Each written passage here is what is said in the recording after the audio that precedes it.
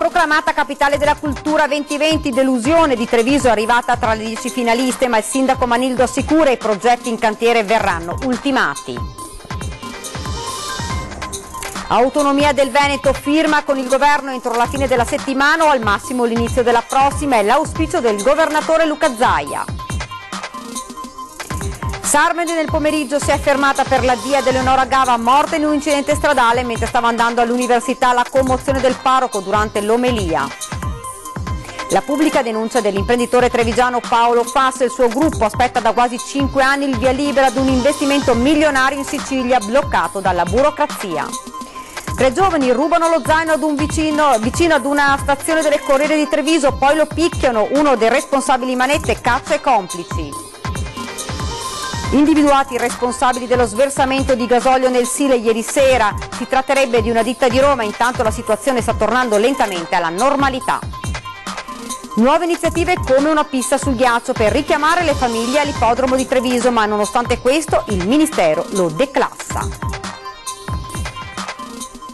Buonasera e ben ritrovati dalla redazione di Treviso, questi dunque i titoli. In primo piano la proclamazione questa mattina a Roma della capitale della cultura 2020, il riconoscimento andato a Parma. Delusione per Treviso, ma da Casugana garantiscono i progetti in cantiere verranno ultimati.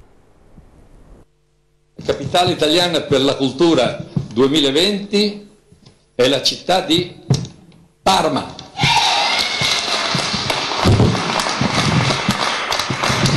Pochi secondi, il tempo per il ministro Franceschini di aprire la busta e proclamare Parma capitale della cultura 2020 e il sogno di Treviso svanisce. Inevitabile la delusione per la delegazione trevigiana guidata dal primo cittadino Giovanni Manildo, arrivata stamane a Roma per seguire la cerimonia. Ma c'è anche la consapevolezza di aver fatto un grande lavoro che servirà per il futuro e di aver concorso con importanti città. Grandissimi complimenti alle altre città concorrenti, i progetti che ho sentito sono assolutamente stati progetti bellissimi e anche quello di Parma assolutamente è un bel progetto, quindi siamo orgogliosi di essere arrivati tra i primi 10.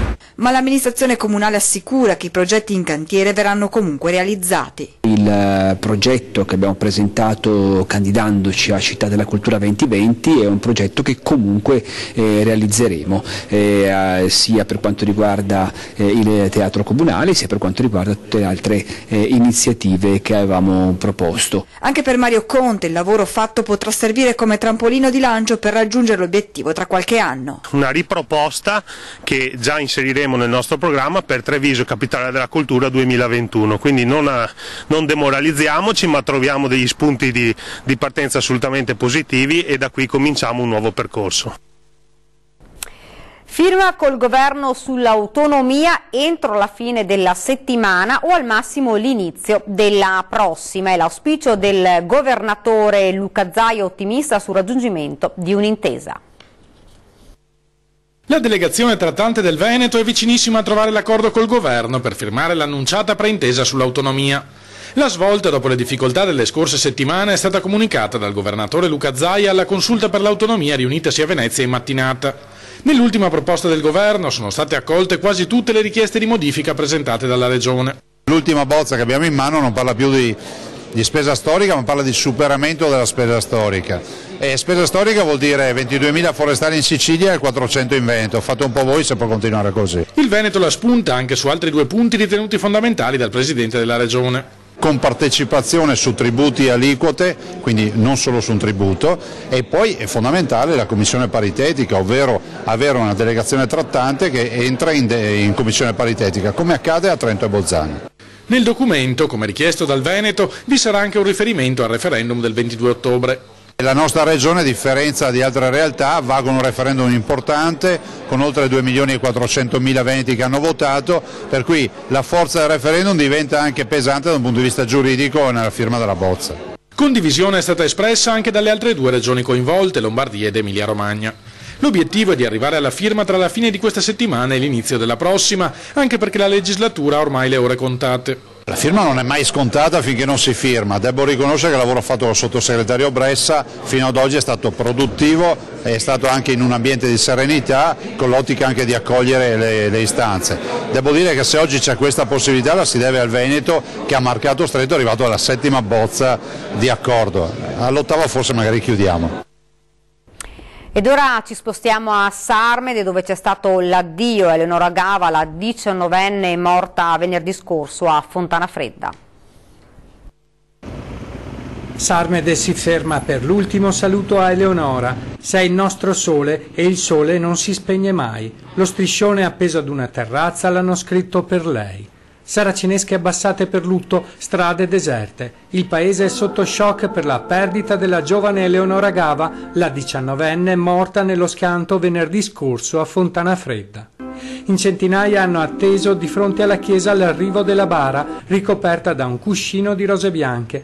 Presente anche la squadra di calcio di Sarmede, di cui il padre di Eleonora è presidente. Dopo 5 minuti di rispettoso silenzio attorno ai genitori Graziano e Nadia e alla sorella Francesca, la salma di Eleonora è entrata in chiesa. Tanta la commozione per chi la conosceva, emozione che anche Don Riccardo Meneghel durante l'omelia fatica a trattenere. Abbiamo bisogno di continuare a vivere e sperare, ha detto, anche se la morte di una giovane è una contraddizione, un non senso. La sua voce si è fermata per ben 2 volte, rotta dall'emozione. Abbiamo bisogno di credere. Abbiamo bisogno di continuare a vivere e sperare. La ragazza, conosciuta e molto apprezzata, era iscritta all'Università di Udine, doveva raggiungere il capoluogo friulano a bordo della sua auto per svolgere un esame, ma all'università non è mai arrivata. La sua corsa si è fermata contro un furgone. Un tragico incidente che ha spento le speranze di una giovane vita. Le elezioni politiche del 4 marzo, tappa trevigiana per il leader di Liberi e Uguali, Pietro Grasso, che ha parlato di larghe intese ed escluso una possibile alleanza con i 5 Stelle. Significa seguire quelli che sono i temi di Liberi e Uguali. Nella Marca da presidente del Senato e leader di Liberi e Uguali, Pietro Grasso è arrivato a mezzogiorno alla Loggia dei Cavalieri dopo la visita agli impianti di Contarina e prima dell'incontro con i cittadini nel pomeriggio al Teatro delle Voci di San Liberale. Si sofferma sul dibattito sulle larghe intese, Grasso partendo dalla legge elettorale. È stata fatta proprio per favorire un incontro tra Renzi e Berlusconi e per poter fare un governo di larghe intese, così come adesso appare in maniera molto chiara. Noi costituiamo un argine per evitare proprio questo e per evitare anche facili populismi che possano portare a un'Italia non istituzionale. Esclusa categoricamente un'alleanza con il Movimento 5 Stelle. Nel programma dei 5 Stelle c'è no all'immigrazione, no all'Europa, no a quelli che sono i nostri principi. Quanto alle istanze provenienti dal territorio, il Movimento ha un preciso indirizzo. Sulla questione dell'autonomia abbiamo una nostra posizione, che è la posizione quella di favorire gli enti locali. Noi immaginiamo un Veneto libero ad esempio dalla corruzione, libero ad esempio da queste grandissime opere pubbliche che non servono a niente. Oggi noi diremo questo alla città e lo diremo al Veneto. Pietro Grasso oggi è anche il simbolo di come si possa fare politica in maniera diversa.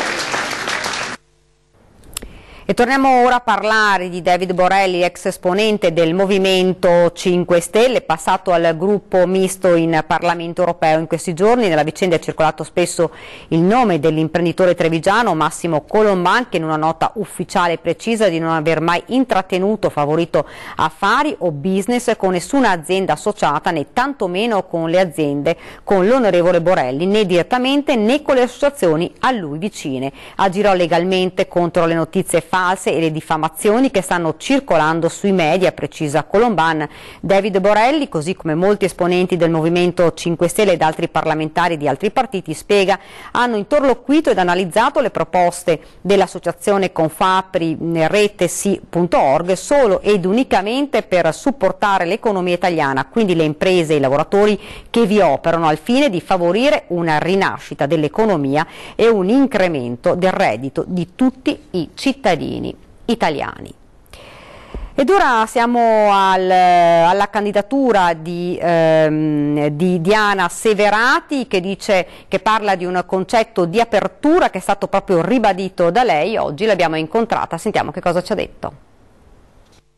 Vogliamo affrontare il vero problema dell'Italia. Il vero problema dell'Italia è il debito pubblico che ora tocca il 132%, quindi insostenibile. Nel collegio Veneto 1, Belluno Castelfranco Montebelluna, più Europa di Emma Bonino mette in campo Diana Severati per ridurre il debito. Il partito ha una ricetta precisa.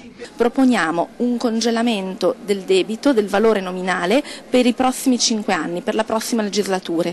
Quindi taglio della spesa corrente, eliminazione di sussidi inutili come ad esempio alcuni sussidi ambientali. Una volta che si riesce ad agire proprio sulla riduzione della spesa, allora possiamo parlare anche di semplificazione fiscale, quindi di riduzione delle aliquote IRPEF da 5 a 3, prevedendone semplicemente 3, il 20, il 30 e il 40%. Sia la massima apertura in tutti gli ambiti del Paese, dice Severati. Ci opponiamo a tutte le forme di chiusura, di protezionismo, quindi chiusura nei confronti degli immigrati, chiusura nel senso di barriere al libero commercio, società più libera, più democratica, più diritti.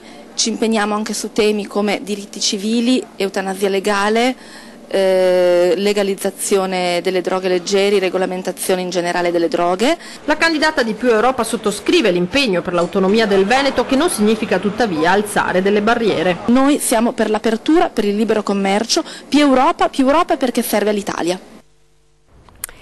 Ed ora la pubblica denuncia dell'imprenditore trevigiano Paolo Fassa. Il suo gruppo aspetta da quasi 5 anni il via libera ad un investimento milionario in Sicilia, bloccato dalla burocrazia. Sentite.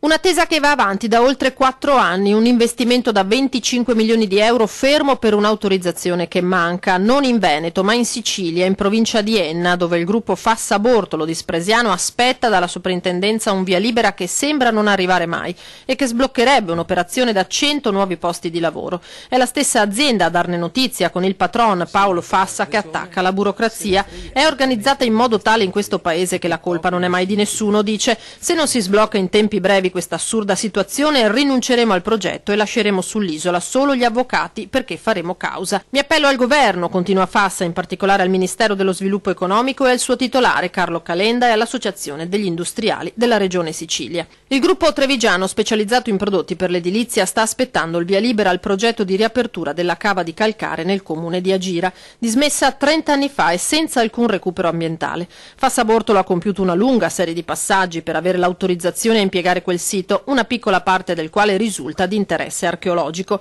ma malgrado sia stata eseguita la ricognizione voluta dalla soprintendenza, la situazione non si sblocca. Sono profondamente amareggiato, conclude Fassa. Questa assurda babele di norme trasforma l'entusiasmo e la voglia di lavorare in un'odissea senza fine.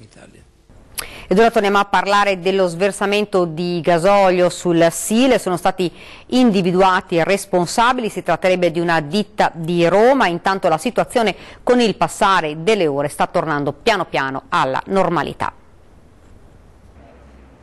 Per tutta la serata i tecnici dell'ARPA hanno effettuato rilievi ed accertamenti, mentre la polizia locale iniziava le indagini sull'incidente.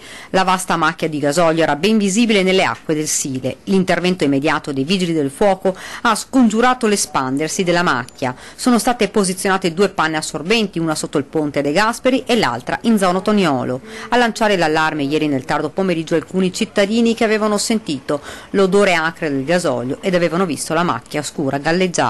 Diciamo le stime così del tutto approssimative in questo momento ci portano a dire che siamo intorno ai 100 litri di gasolio sversato. Una parte dello stesso è stato assorbito dal piazzale, una parte del gasolio è stato assorbito dalle condutture interne e sotterranee e una buona parte è stata sversata nel Sile. Secondo una prima ricostruzione, lo sversamento sarebbe avvenuto all'interno del cortile della sede delle Poste in Piazza Vittoria. A quanto pare, in quel momento, un'autobotte stava rifornendo di carburante un bruciatore. Le indagini della polizia locale hanno portato fino a Roma individuati i responsabili. È stata individuata una ditta di Roma, adesso verranno convocati i legittimi proprietari, il rappresentante legale della ditta stessa, verrà avviata la procedura tramite la polizia giudiziaria per capire se ci sono gli estremi anche dell'inquinamento ambientale. Ci vorranno alcuni giorni per bonificare l'area inquinata del Sile. Fortunatamente però il gasolio non avrebbe causato danni né alla flora né alla fauna. Derubato dello zaino, ha affrontato i 3 giovani responsabili del furto, ma è stato preso a pugni. La violenta rapina ieri sera nei pressi della stazione delle Corriere a Treviso. Un 20enne magrebino residente a Treviso è stato arrestato ieri sera da un equipaggio delle volanti della polizia con l'accusa di rapina impropria. Insieme ad altri 2 ragazzi, intorno alle 21:30, ha aggredito e rapinato un 28enne di origini cingalesi nella zona di Lungo Sile Mattei, a 2 passi dalla stazione delle Corriere. Ai poliziotti intervenuti dopo la segnalazione di una violenta lite tra stranieri, il giovane, regolare in Italia e dipendente di un'azienda trevigiana, ha raccontato col volto sanguinante di essere entrato in una sala giochi della zona con lo zainetto in spalla, che si è tolto per giocare finché non ha notato 3 ragazzi che se ne andavano con lo zainetto stesso. A quel punto è uscito e li ha trovati che rovistavano tra le sue cose. Quando ha intimato loro di smetterla e di restituirgli il portafogli, è stato preso a pugni. Gli agenti sono riusciti a fermare uno dei 3 arrestandolo e conducendolo in carcere a Santabona, mentre sono in corso indagini per risalire ai 2 complici. Ed ora andiamo nell'Asolano, condannato a 10 anni un padre che ha abusato per lungo tempo della figlia bambina. Abusi sulla figlia bambina andati avanti per 10 anni. Solo quando la ragazzina ha cominciato a frequentare le scuole superiori ha avuto la forza di raccontare quello che stava subendo, facendo finire sotto inchiesta il genitore, un 57enne originario del Ghana, che dopo la denuncia e l'apertura di un fascicolo a suo carico è scappato, ritornando nel suo paese d'origine. Ora nei confronti del padre orco è arrivata la condanna dei giudici del Tribunale di Treviso. 10 anni di reclusione che il responsabile di quegli abusi potrebbe non scontare mai, visto che tra Italia e Ghana non ci sono accordi bilaterali per l'estradizione. Non a caso il 57enne ha scelto di tornare in patria. Il tribunale lo ha riconosciuto colpevole di violenze sessuali sulla figlia da quando la piccola aveva 6 anni e fino a quando ne ha avuti 16, quando, sfogandosi con un insegnante, ha finalmente trovato l'aiuto di un adulto, visto che in famiglia la vicenda, pur conosciuta, non era stata affrontata. La denuncia era partita dunque dalla scuola, ma all'ordinanza di arresto il padre era già fuggito. Se dovesse rimettere piede in Italia, finirebbe in cella. Il suo legale ha già annunciato che presenterà ricorso in appello. Giuliana ha 90 anni ed è impossibilitata a camminare, costretta a letto, ha bisogno di assistenza 24 ore su 24. Il figlio ha chiesto l'accompagnatoria, ma l'attesa solo per la commissione medica è di 6 mesi, così ha chiamato Lo Dico ad Antenna. Non può camminare la signora Giuliana, che ha raggiunto la bella età di 90 anni. Il suo sorriso è disarmante, parla piano ma si fa capire bene. Ha composto una piccola poesia che ci recita dal suo letto. Ho compiuto i 90 anni senza imbrogli, senza inganni. Or che sono così vecchietta, non so più cosa mi aspetta. Giuliana ha bisogno di assistenza 24 ore al giorno, così il figlio ci racconta di aver fatto domanda per l'accompagnatoria. Immediata la risposta dell'INPS che l'11 gennaio ha acquisito la domanda di accertamento. Ora però manca la commissione medica per valutare la situazione, ma una volta giunto alla Madonnina il figlio si è sentito rispondere così. E lui mi ha detto: guardi, è molto presto perché minimo ci vogliono 6 mesi. Anche io ho detto: ma caspita, 6 mesi, e la persona compie fra 10 giorni, compie 91 anni, non parliamo di una persona di 20-25 anni con le problematiche e toccando ferro anche i rischi del caso.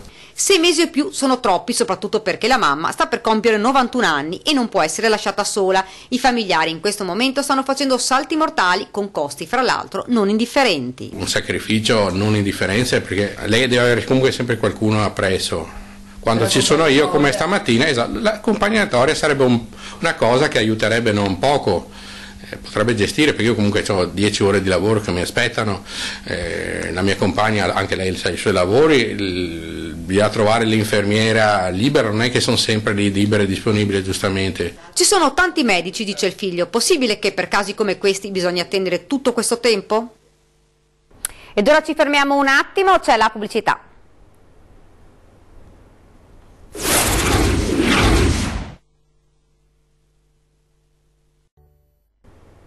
Siamo tornati nuovamente in studio con l'edizione trevigiana dei nostri notiziari.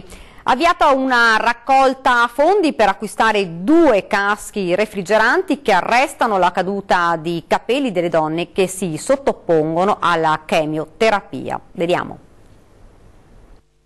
Questa ragazza che è giovane doveva rasarsi i capelli e le avevo consigliato di andare a Padova a fare le chemio, perché so che esiste già lì una struttura dove hanno questi caschetti refrigeranti, e lei mi ha detto troppo lontano, e quindi ho detto niente, bisogna far partire anche per Treviso. Stefania Tosatto ha un salone di parrucchiera a Mogliano. Anche lei, come tante sue colleghe, si trova di fronte alla sofferenza di donne malate di cancro che si stanno sottoponendo alla chemioterapia e che chiedono di essere rasate.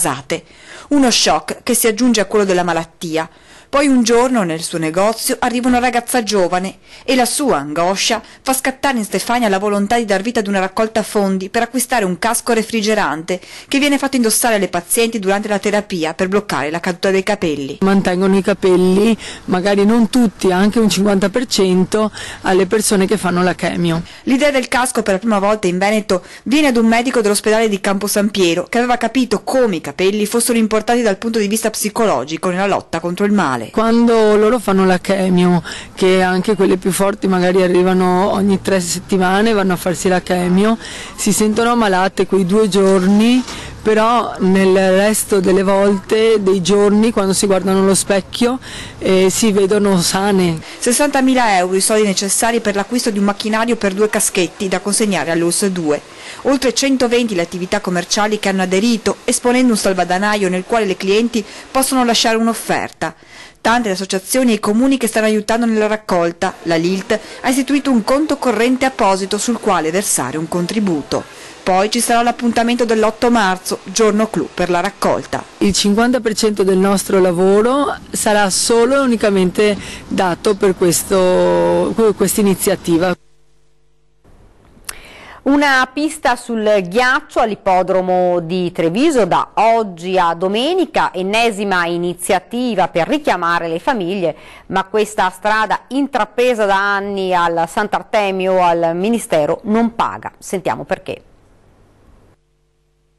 I comportamenti virtuosi non sono graditi al Ministero dell'Agricoltura, non quello dell'ippodromo di Treviso, che da anni ha abbandonato la promozione delle scommesse fine a se stessa per incentivare la passione per l'ippica e il coinvolgimento delle famiglie. Ma questo ha comportato una brutta pagella, chiamiamola così, da parte del Ministero, che pur riconoscendo Sant'Artemio come impianto di massimo livello, non ha attribuito al trotto la giusta classificazione e ha sospeso l'attività del galoppo. E tutto perché l'ammontare delle scommesse è sotto la media nazionale. Abbiamo cercato di aprirci a un discorso molto meno commerciale e molto più di passione, e vedere che questo obiettivo, che se vogliamo è anche antieconomico, per il Ministero non paga perché comporta una penalizzazione, ovviamente non ci lascia contenti. Credo che sia un grosso errore che speriamo di poter correggere col Ministero in via di discussione amichevole. Nel caso contrario saremo ovviamente costretti a tutelare i nostri interessi anche in sede legale, però io spero di non arrivare a questo stadio. anche perché i dati oggettivi 2017 dell'ippodromo trevigiano sono positivi. Abbiamo avuto una bella stagione invernale, devo dire la verità, un bel ritorno di interesse appena conclusa al 10 di febbraio e i dati sono positivi e confortanti. Le presenze e il ritrovato interesse verso questa storica struttura ai confini tra Treviso e Villorba dicono che la strada intrapresa è quella giusta e il neopresidente Bovio intende continuare proponendo attività come la pista di pattinaggio sul ghiaccio aperta da oggi a domenica. Chi non ha l'attrezzatura la può noleggiare qua in loco. Alla sera del sabato e della domenica sono previsti anche 2 spettacoli con pattinatori professionisti che si esibiranno sulle note di musica dal vivo cantata dalle giovani promesse del Festival di Sanremo. Un weekend all'insegna della pioggia, ma non andrà meglio la prossima settimana, dove tra martedì e mercoledì è prevista una nuova perturbazione con neve fino in collina. Ombrelli in mano per questo weekend. La pioggia tornerà a farci compagnia e per chi sperava in una passeggiata sotto il sole dovrà aspettare temperature in aumento. Sabato assisteremo a un graduale aumento della nuvolosità con prime deboli precipitazioni dal pomeriggio sera.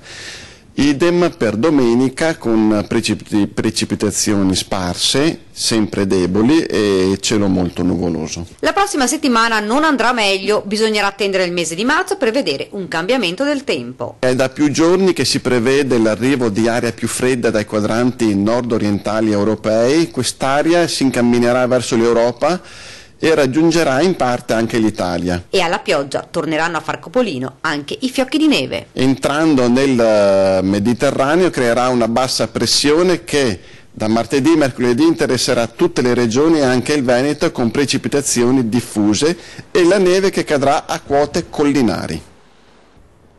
Ed è davvero tutto per questa edizione del nostro telegiornale, vi lascio come di consueto alle nostre previsioni del tempo. Grazie per averci seguito, buona serata.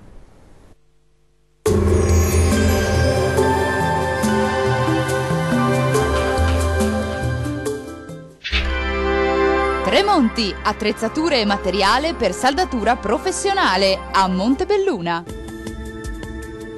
Tempo lievemente instabile sulle nostre regioni, specie nella seconda parte della giornata. Vediamo insieme il dettaglio di sabato 17 febbraio. Sul Veneto sarà buono, specie al mattino con qualche spazio soleggiato, ma dal pomeriggio aumentano le nubi con cielo coperto un po' ovunque e con occasionali piogge, ma in genere di debole intensità. Diamo ora uno sguardo alle temperature, le massime saranno comprese tra 7 e 8 gradi, valori minimi tra lo 0 e i 2 gradi circa. Spostiamoci ora a vedere che tempo farà sul Friuli Venezia Giulia. Sarà in genere asciutto e per lo più soleggiato al mattino, col passare delle ore più nubi e cielo a tratti anche coperto con deboli piovaschi sparsi, ma via via più diffusi entro sera. Le temperature massime saranno comprese tra 8 e 10 gradi, valori minimi tra 1 e 2 gradi circa. Concludiamo infine con uno sguardo alla situazione del Trentino Alto Adige. Cielo molto nuvoloso sulla nostra regione, tempo più asciutto al mattino, dal pomeriggio però qualche precipitazione localmente anche a carattere nevoso, ma migliora presto durante la nottata. Le temperature massime saranno comprese tra 9 e 10 gradi, minime tra 4 e 5 gradi. Il mare sarà generalmente calmo, i venti deboli da nord-est lungo le coste e occidentali al largo.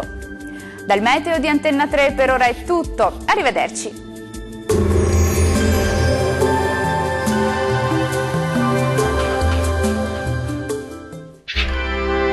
Tremonti, attrezzature e materiale per saldatura professionale a Montebelluna.